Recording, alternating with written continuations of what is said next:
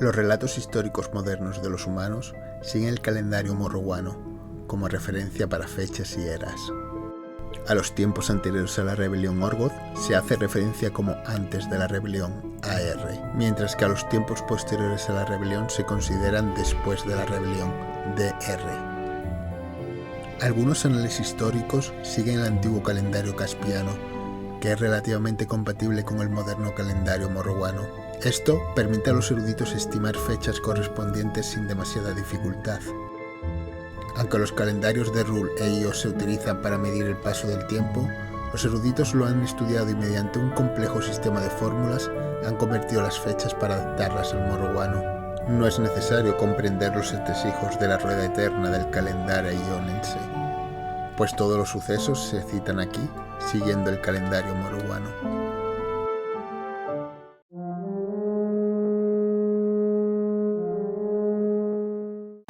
Aunque existen tablillas de piedra y pergaminos antiguos que supuestamente datan de antes de la creación de la Asamblea, es un hecho que una vez que fundaron la Asamblea los enanos, comenzaron a manifestar cierta capacidad para la magia arcana.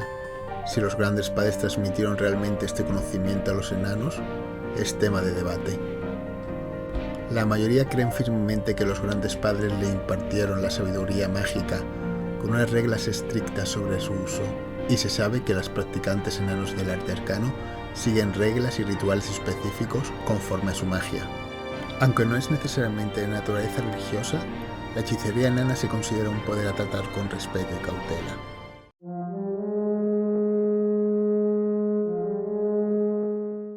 En el 4250 antes de la rebelión, los elfos de Líos iniciaron un proyecto que, debido a su orgullo y su pretensión, acarrearía consecuencias cataclísmicas para ellos y para la humanidad. Englobando todas las facetas de su civilización, los elfos dedicaron todos sus esfuerzos a una obra superior que traería a sus dioses vivientes desde el Veld. Se propusieron construir un puente que cubriera la distancia entre el Veld y Caen y sirviese de conducto entre ambos mundos.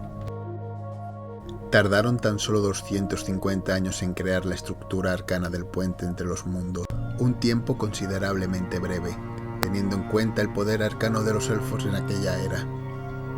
Una vez abierto, el puente permitió a los dioses élficos viajar desde el Veld hasta Caen, pero algo salió mal. Tal vez algún antiguo próstilo élfico contenga el secreto de este terrible percance, pero tanto hombres como enanos ignoran lo que ocurrió.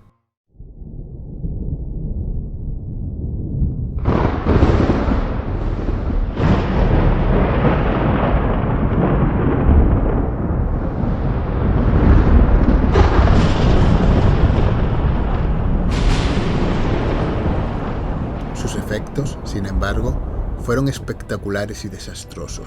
El puente entre los mundos logró transportar a los dioses de Líos hasta Caen desde el Veld.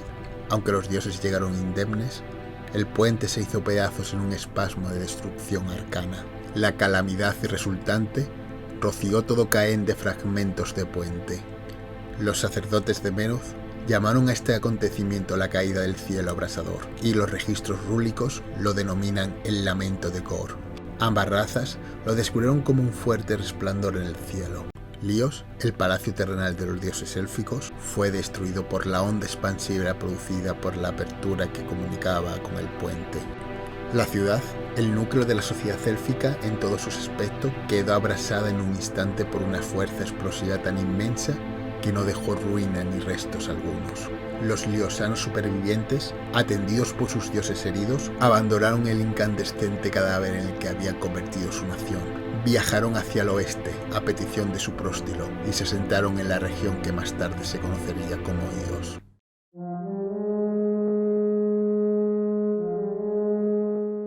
Durante siglos, los eruditos obsesionados por el saber de lo monstruoso han señalado un gran conflicto que a menudo es tan terriblemente sutil que el hombre no repara en él, ni siquiera en pleno campo de batalla. Este conflicto es la guerra de la Sazank, y los dragones de Caen llevan milenios librándola. Tal y como se narra en el ciclo de la saga de la serpiente, que data aproximadamente del 600 antes de la rebelión, la guerra de la Sazank comenzó en los tiempos del surgimiento de Mord. El gran dragón Toruk, ebrio de poder y llevado por el deseo de dominar sobre todas las cosas, engendró a su progenie, astillando su propia enorme piedra corazón, su Azanc, e incubando una nueva raza de los fragmentos de su alma. Estas criaturas debían ser sus hijos, alzarse junto a él y reforzar su presa sobre Caen. Sin embargo, en su arrogancia Toruk no tuvo en cuenta la naturaleza de su progenie. Sus hijos, ansiosos por tener libertad propia, se rebelaron contra el padre de los dragones y desgarraron su pellejo con dientes y garras. Algunos escaparon a la cólera de Toruk. Otros volvieron a unirse a su carne al ser consumidos por sus dientes, por las llamas de su estómago. Desde el inicio de este conflicto, los relatos sobre el Señor de los Dragones han sido verdaderamente terribles, pues ha perseguido a sus hijos a lo largo de las eras para devorar los fragmentos de su corazón que guardan en el interior de sus pechos. La guerra de las Azanc es mucho más que una guerra entre dragones, como puede parecer. Se trata de un dios, luchando para reclamar su poder a sus reacios hijos. Con el paso de los años, los eruditos exploradores han comprobado que los dragones no se alían entre ellos para derrotar a Toruk. No, la naturaleza competitiva de los dragones les empuja a consumirse los unos a los otros, alimentándose de sus piedras corazón para aumentar su poder. Al igual que Toruk reclama los fragmentos de su alma, también sus hijos heredan el poder de los hermanos a los que devora. Cada Azanc es parte de un todo y anhela volver a él, aunque es la mente de cada dragón el que guarda ese poder. Los dragones llevan milenios matándose entre sí. Unas antiguas obras de arte confirman que Toruk mató a Shax, el azote de Calacia, el legendario dragón blanco de la barrera de la sierpe, en una épica batalla representada tanto en tapices y silografías como en el ciclo de la saga de la serpiente. Un archivo que se remonta a la era de la ocupación narra cómo los Orgoth mataron a un dragón anónimo. Por lo visto, la criatura renació en los confines del templo Orgoth, en el que iban a sacrificar su Azanc. En la masacre resultante, el dragón arrasó el templo antes de alejarse volando al amparo de la oscuridad. Se sabe que los ioneses mataron al dragón Bastador en el año 390, después de que asaltara la ciudad de Isira. Su ejército sufrió una horrible cantidad de bajas, pero finalmente lograron derribar a la gran bestia. Se dice que la Azanc de Bastador yace bajo hechizo entre guardas élficas, en Nir Lis, también conocida como la cima del mundo. Y luego está Krix, un oscuro imperio forjado por la sombra de Toruk. Aunque la fundación del imperio pesadillesco está rodeado de misterio, se cree que el padre de los dragones estableció una nación negra durante los días de las 1000 ciudades, antes de que llegaran los Orgoth. Desde sus principios, el poder de Krix ha aumentado. Los incursores crixianos han saqueado las costas repetidas veces, poniendo a prueba las fortalezas de sus naciones y llevándose tanto a los vivos como a los muertos. Los avistamientos de los grandes dragones prosiguen incluso en la actualidad. Braktergast, Halfag, Seifag han sido vistos cerca de los reinos de los mortales. Tal vez la guerra de las Azanc, esa silenciosa amenaza que acecha sobre toda la Imoren occidental, ha vuelto a resurgir.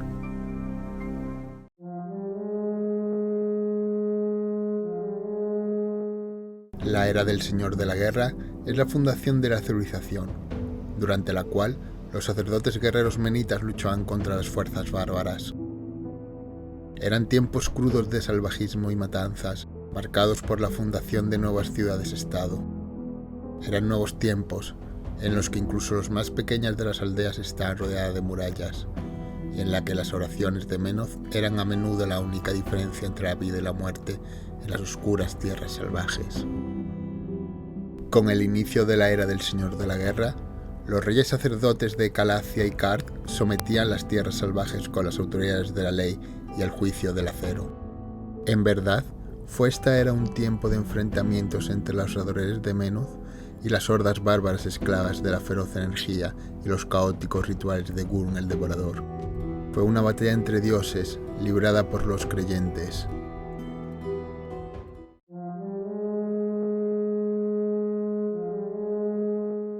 Los orígenes de la moderna Cygnar se constituyeron al borde de la barrera de la sierpe, flanqueados por los terrenos de caza de los Molgur y los páramos de la marca de la piedra sangrienta al este. Las colonias, pueblos, ciudades, templos y puestos avanzados varios que plagaban la zona cercana a la moderna Caspia se unificaron en voz y propósito bajo el legítimo decreto del sacerdote guerrero Valen III, alrededor del 2800 antes de la rebelión. Los pueblos unidos fusionaron rápidamente defensas y recursos, y bajo el mandato de Thrace formaron el fuerte de Calacia, que contaba con más de 50.000 hombres, mujeres y niños dispuestos a resistir los ataques de los Morgul. Con el tiempo, Calacia creció. El legado de Thrace, un linaje de sacerdotes guerreros que hoy en día se conoce como reyes sacerdotes, acabaron gobernando sobre unas 300.000 personas. Las fuerzas del rey sacerdote de Calacia no solo patrullaban los muros de piedra conocido como el escudo de Thrace, sino también los bordes de la barrera de la sierpe, combatiendo a los Morgul y siguiendo el rastro de sus ataques hasta su origen. A pesar de la caída del cielo abrasador, los menitas habían resistido. Los avances en armamento también ayudaron a Calacia, con las largas hojas de hierro que salían de sus forjas y el uso del arco largo curvo. Los sacerdotes guerreros y soldados ya no tenían por qué seguir combatiendo a los Morgul armados únicamente con lanzas cortas y espadas. Ahora podían emplear estrategias y armas superiores y aprovechar su capacidad de combate a distancia. Los sacerdotes guerreros también aprendieron oraciones de fuego y protección que quemaban la tierra. Él estornaba recios, cual leños, a veloces, cual gatos monteses, o al menos así se narra en el Cantar de Calar, escrito por el poeta épico del mismo nombre. Al parecer, los habitantes de Calacia habían aprendido verdaderamente a derramar la sangre de los Morgul. Alrededor del 2230 antes de la rebelión, nació el rey sacerdote Goliband. Bajo su mandato, el reino de Calacia comenzó a retribuir a los Morgul milenios de conflicto sangriento. Las tribus Morgul que quedaban en tierra salvaje pronto fueron perseguidas y exterminadas, y el propio Goliband diezmó a los Morgul de Gor Murdrom con ayuda de una legión de sacerdotes guerreros y un ejército descomunal de 40.000 efectivos. Con el último estertor de los chamanes de Gor Murdrom, los Morgul fueron expulsados hacia el norte desde la barrera de la sierpe. Algunos supervivientes huyeron a los valles y abismos más profundos de la parte superior de la barrera, donde pudieron lamer sus heridas, mientras que otros abandonaron totalmente tierra firme y se asentaron en las islas Skardi. Goliband murió apenas 25 años después de haber expulsado a los Morgul. Tras su muerte, Calacia quedó dividida por la lucha entre diversas facciones que trataban de hacerse con el control del trono. El hijo de Goliband fue asesinado por sus rivales al intentar subir al trono, y no fue hasta el 2051 antes de la rebelión cuando Goliband III, el nieto de Goliband, volvió a unificar el reino bajo el nombre de Caspia.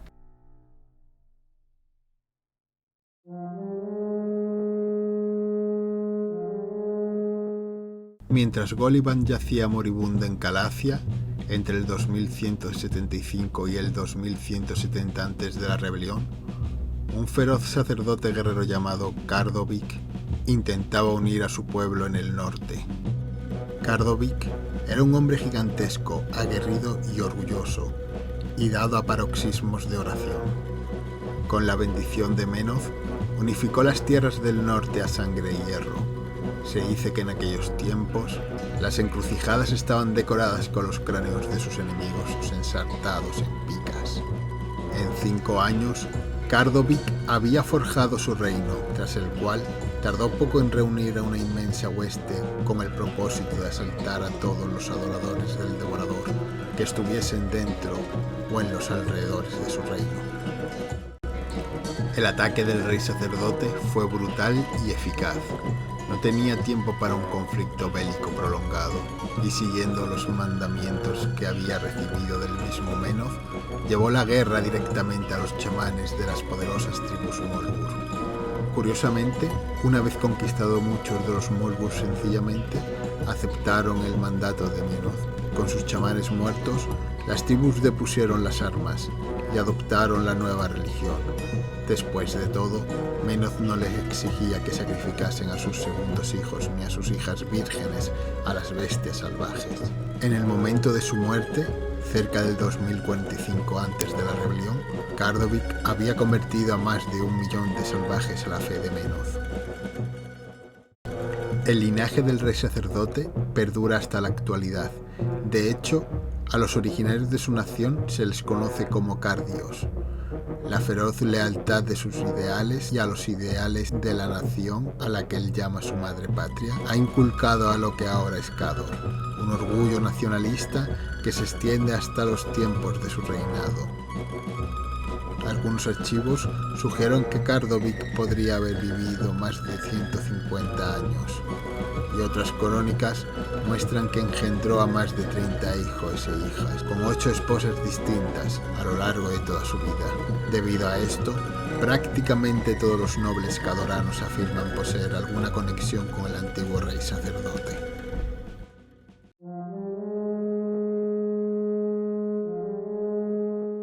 La era del Señor de la Guerra acabó con el exterminio de los Molgur. Las tribus habían entrado en decadencia bajo las flechas y espada de Caspe y Card.